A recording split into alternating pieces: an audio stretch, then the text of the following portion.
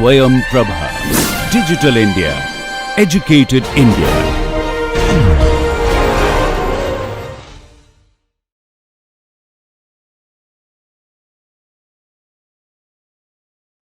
Now we will talk about mathematical induction as a technique for proofs, and I'd like to call it proof by programming, and we'll see why. So let me get started with a story that I made up, but hopefully it will be fun. So you've been imprisoned in a dungeon, and the guard comes to you and gives you a predicate piece and tells you that, next day you'll be asked to prove that P holds for some positive integer n. And if you do manage to give the proof, you will be let free. Okay, so you believe in gods and you have no idea how to prove it by yourself, so you pray hard and you pray to the deity of wisdom, Seshat. It's an Egyptian goddess.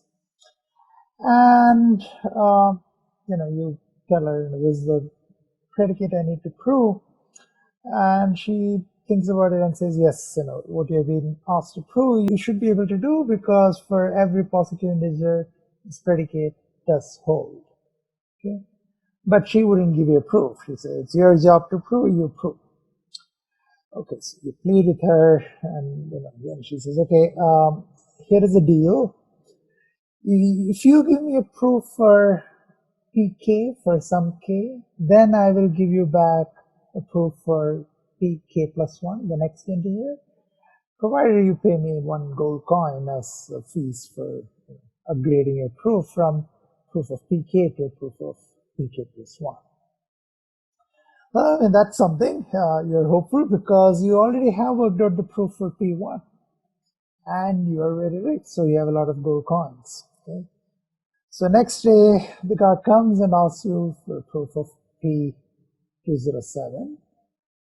And, you do have enough money to spend. So this is what you do. You invoke your deity and give her the proof you wrote down for P of 1. And you also submit a gold coin. She, as promised, gives you back a proof for P2. That's not good enough, so you give her back this proof of P2 and also a gold coin, and she gives you a proof of P3. And you keep doing this until Seshat has a lot of gold coins with her, and you have a proof of P207, which is submitted to the guard. And after a while, the guard comes and tells you, okay, you got the proof right, you're free to go. Okay. So great. That would have been the end of the story if it was a fable. But let's continue and see what this proof looks like. Okay, so you have in your hand proof of P207. You open it, and inside it there are a few pages. So first page is a proof for P of 1. This is a proof you gave. Okay.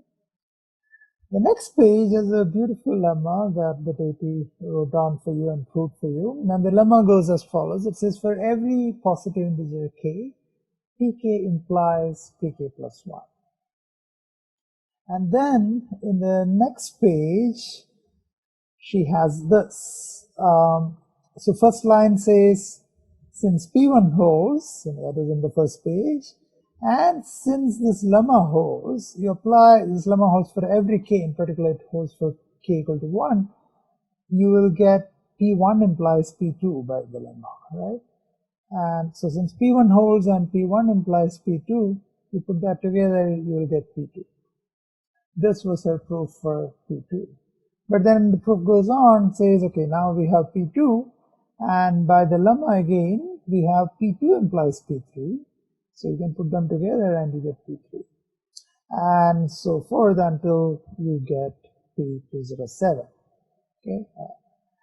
Okay, so you feel a little silly for having paid 206 gold coins for that. If you had opened the proof, her first proof of P2, you would have probably figured out how to write a proof for P207. Whatever is in this sheet of paper, you could have done by yourself what is non-trivial was what is in the first 2 pages. But at least you learned something. And what you learned is the technique of proof by induction. So what does proof by induction look like? Here we're trying to prove Pn not for n equal to 207 or something. We would like to actually prove that for all n, all positive integers n, some predicate holds, like Pn holds. And for that, all we are going to prove are P of 1, that's the first sheet of your proof, and the proposition that for all positive integers, if Pk holds, then Pk plus 1 holds. Okay, so let's see what all we have so far proven. So we have proven in this table, I'm just listing everything we can directly conclude from what is written here. So we have P1. We also have statements of the form P1 implies P2, P2 implies P3, and so forth, right? So, K equal to 1, 2, 3, 4, 5. For all of them, we have Pk implies Pk plus 1. So, the things I've listed in this table are what we can directly conclude from this proof that we have written. But then we can make further deductions. We can take P1 and the proposition that if P1 then P2, and together deduce that P2 holds. So if P1 holds and if P1 implies P2, then P2 holds. And you can continue with this, right? If P2 and P2 implies P3 together gives you P3, and that combined with the next, P3 implies P4 will give you P4, and that combined with P5, P4 implies P5 gives you P5. Okay, so what you have done is actually you written a little program. These two proofs here combined with this idea of just iteratively deducing the next statement is basically a program that can take any positive integer n as input and write down a proof for Pn. And this is what the deity in our story was doing for you. Okay. But you can go a little further. It's not just that you have this program that can produce a proof for any particular n. Since this program exists, you should take it as a proof for Pn holding for every n. And that statement is what's called the principle of mathematical induction.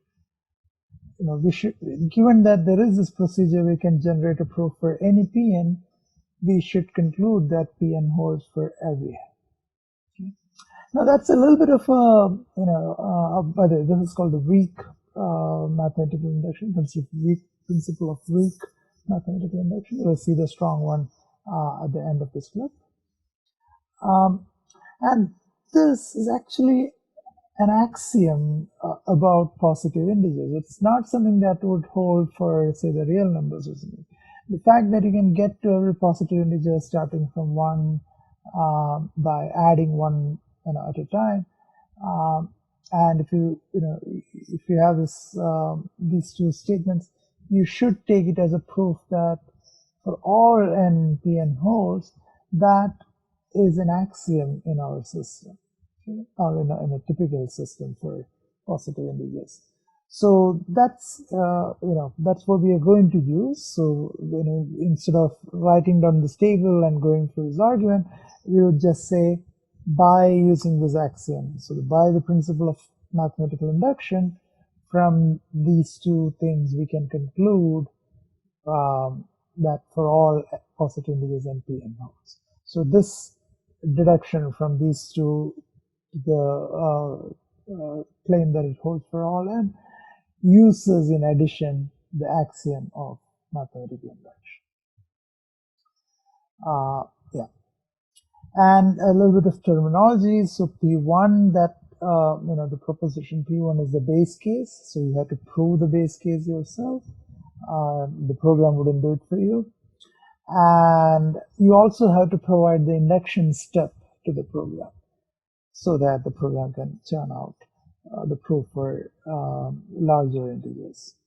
And in the induction step, what is here written as pk is called the induction hypothesis. So assuming the induction hypothesis, you prove that, it goes something, right? You prove pk plus 1. So pk is called the induction hypothesis. So that's the structure of a proof by induction. When you write it down in English, you might phrase it a little bit differently or a little informally. So you might say something like, so in this case, a claim is written using a variable n.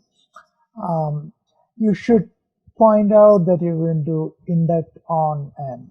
Okay.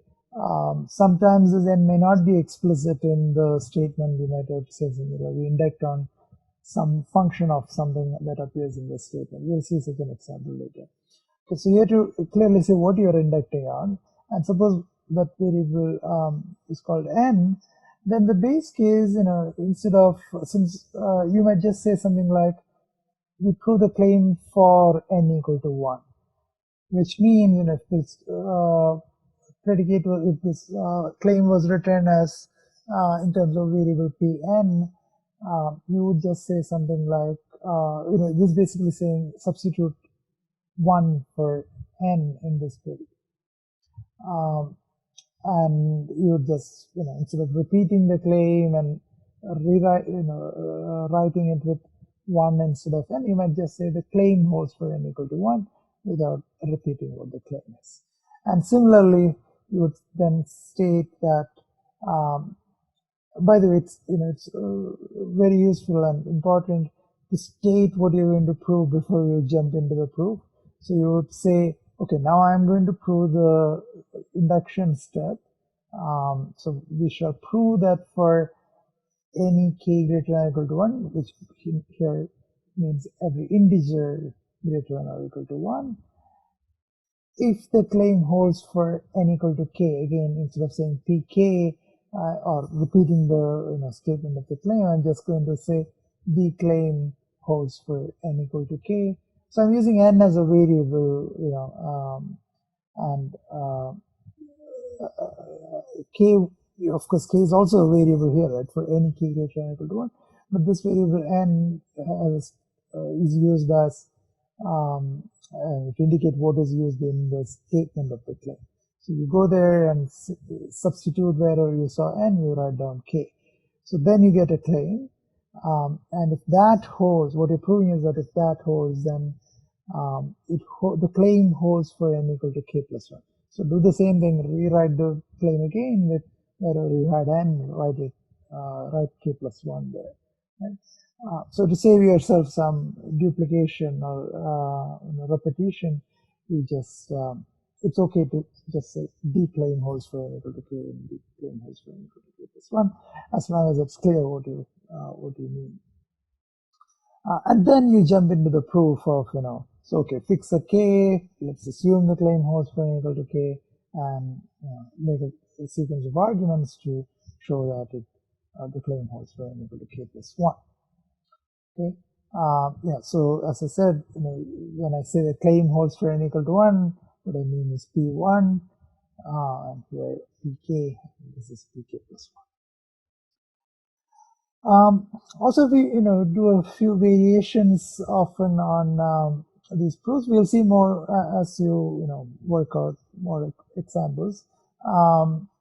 So one variation is that instead of just using p1 as a base case, sometimes we might cover several values of n as base cases. So we might say, okay, here are my 3 base cases, p1, p2, and p3, and my induction step should start off where the base cases ended. So you would start off with k greater than or equal to 3, pk implies pk plus 1. Okay. Another kind of variation that you might see is that the claim itself is not for just positive integers. Okay? The claim is for some other range of integers, or let's say here, for instance, the claim is for n greater than or equal to 0, all integers greater than or equal to 0, instead of positive integers. then you have to adapt your proof appropriately. So in this case, you can take P0 as your base case, and then in the induction step, you could say for all k greater than or equal to 0, you prove Pk implies Pk plus 1. Okay. Here's a quick example. So here, n, this capital N here refers to a set of natural numbers, which for us means non-negative integers, so 0 and positive integers. So this claim is for 0 and positive integers. Then for all such n, 3 divides n cubed minus n. So this little bar here stands for divides. So I say p divides q if q is a multiple of p. So q can be written as p times some other integer r. Okay. So that's a claim, and the base case, since I want to prove it for n equal to 0 also, I'll take n equal to 0 as a base case, and all n cubed minus n is 0. So all I'm claiming is that 3 divides 0, and that is true because 0 is a multiple of 3. So 0 is 0 times 3. Then I move on to the induction step. So I have to start with k greater than or equal to 0. I have to prove something for all k greater than or equal to 0. And my induction hypothesis is that Pk, right, that the claim holds for n equal to k, which in this case, so as I said, I will just say the claim holds for n equal to k, which means 3 divides k cubed minus k. And I've rewritten it a little further, saying, okay, 3 divides k cubed minus k cubed minus k is some multiple of 3. So let's call it 3 times m for some integer m. So by the way, my bullets here are, veritors. If you write it down in a sheet of paper, you should have more text there. Okay, and so that's the induction hypothesis that k, so you're proving this for every k greater than or equal to 0. If the claim holds for k, namely if k cubed minus k can be written as 3, then the claim holds for k plus 1, namely 3 divides k plus 1 cube minus k plus 1. So this is what you need to prove, and you just go ahead and prove this thing. You prove this pk plus 1 having supposed pk. So let's start by expanding this pk plus 1 in this case. So rather the expression k plus 1 cubed minus k plus 1. You expand it using standard algebraic expressions. So k plus 1 the whole cube is kk plus 3k squared plus 3k plus 1, and you subtract k and 1 from that. So what you're left with, 1 goes away, and what you're left with is k cubed minus k plus 3k squared plus 3k. And at this point, you invoke your induction hypothesis. You say, I know by my induction hypothesis that k cubed minus k is 3m. So this is 3m plus 3k squared plus 3k. And look, this is a multiple of 3. That's the end of the proof. Okay.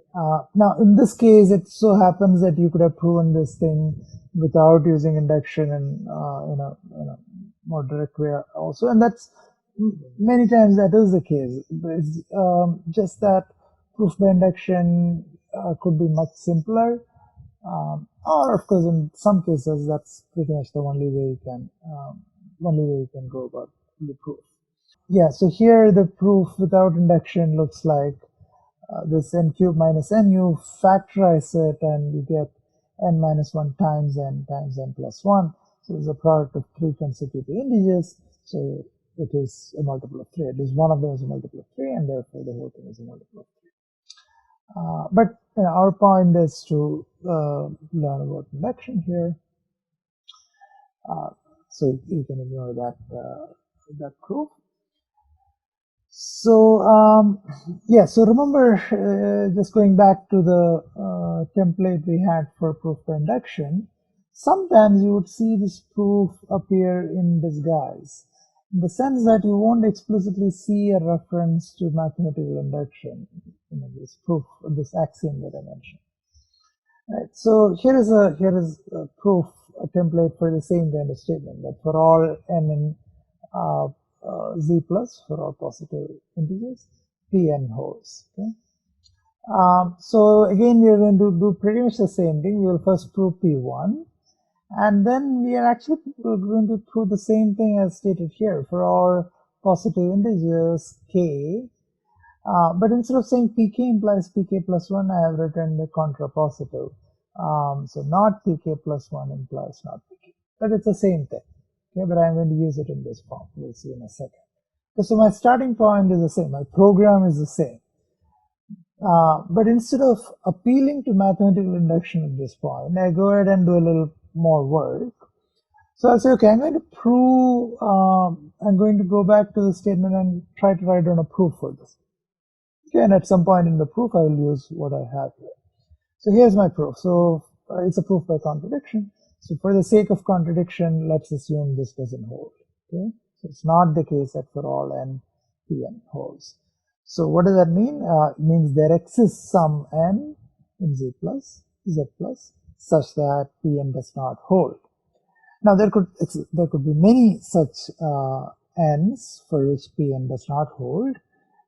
Claiming there is at least one of them, right? So maybe P1 holds, P2 holds, P3 holds, but at some point you have to hit integers where P doesn't hold, and where Pn doesn't hold. So that set of things that Pn doesn't hold, it's non-empty. Let's pick the smallest positive integer in that set. Okay. So let k prime be the smallest n such that Pn doesn't hold. I know such a k prime exists because it cannot be the case, that's by my